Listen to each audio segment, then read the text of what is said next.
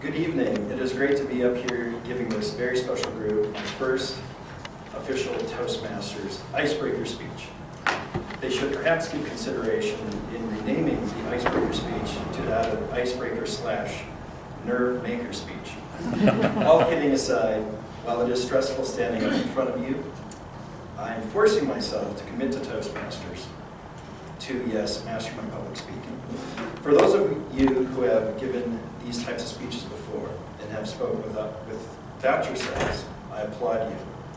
I also find it difficult to not only write about myself, but to stand up here and read what I have written. But getting out of our so-called comfort zones is what Toastmasters is all about. So with that, and without further ado, I would like to provide you with a brief background of myself. My full name is Matthew Joseph O'Connor, and as you might have guessed with that name, my parents had lineage back to the Emerald Isle, also known as the land of Ireland. Actually, for complete accuracy, my dad is 50% Irish and 50% Italian. My mom is 100% Irish, whose grandparents immigrated from Ireland and Italy in the early 1900s. My mom and dad actually met in Huntington Beach on the beach while my mom was attending an afternoon outing with a Catholic youth group, and just so happened to run into my dad, who was not exactly, shall we say, sober. The moment my dad saw my mom, he told my mom, in his own special way, "I'm going to marry you." My dad was attending USC at the time and in ROTC, Reserve Officer Training Corps. In a few short years after meeting my mom, on the beach in Huntington Beach, they were married, and for the next 9 years lived throughout the United States and abroad, while my dad flew for the United States Air Force. My dad flew many types of planes and has many stories of flying the B-47 jet, which they call the Stratojet because of how high in the atmosphere the plane would fly. It was actually a bomber that was designed to carry nuclear weapons. My dad fondly recalls flying all over the world from different military bases, and the times his friend and main pilot, General Starr, would actually light up Lucky Strike cigarettes in the cockpit, even though they had full oxygen pumping through their face masks, which was quite a dangerous combination. But indeed, times were different back then.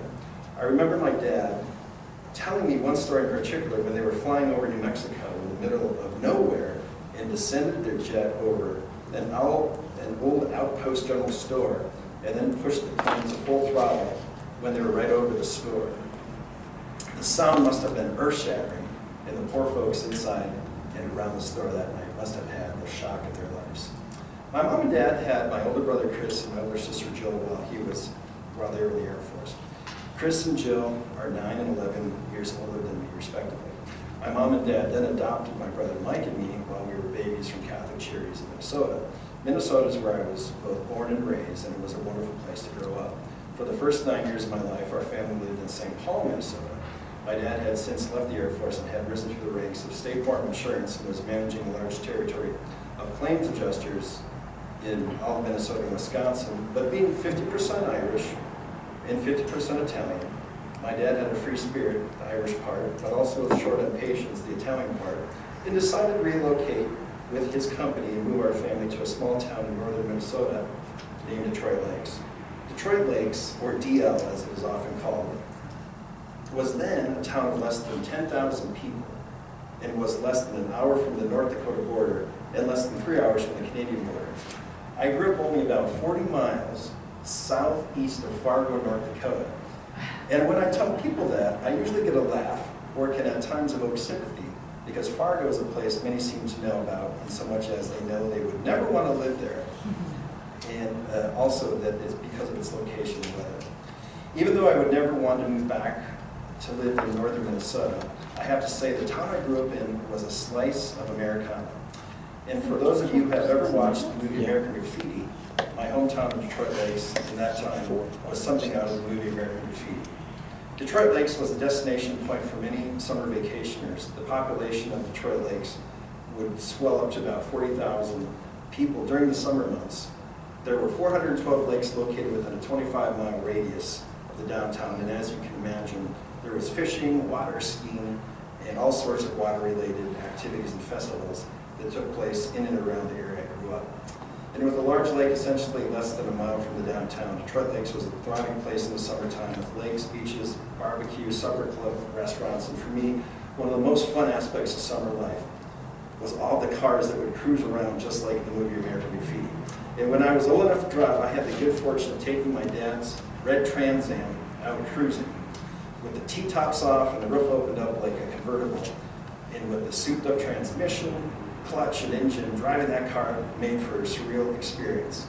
I remember once driving on the highway and being pulled over by a Minnesota State Trooper. And while I was generally a good kid, I did at times have a mouth on me. And after being pulled over, I began telling the officer that I wasn't speeding and that he was wrong.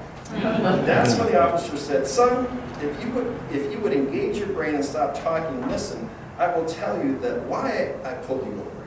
The officer went on to say, "I pulled you over because your car does not have a front license plate on it." I took the ticket and had it paid, but will never forget that experience. Truth be told, I don't think we ever got a front plate on the Trans Am.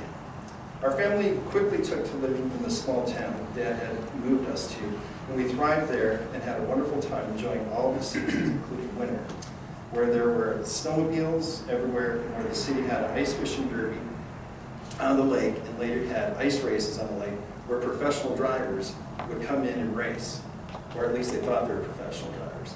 Detroit Lakes also had a ski resort, and that's where I learned how to downhill ski. And that was back in the day when they still had tow ropes.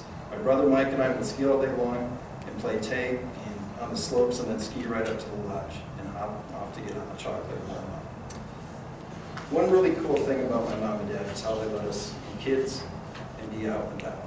The only rule was to be home by 5:30 for dinner. Otherwise, being out all day was expected.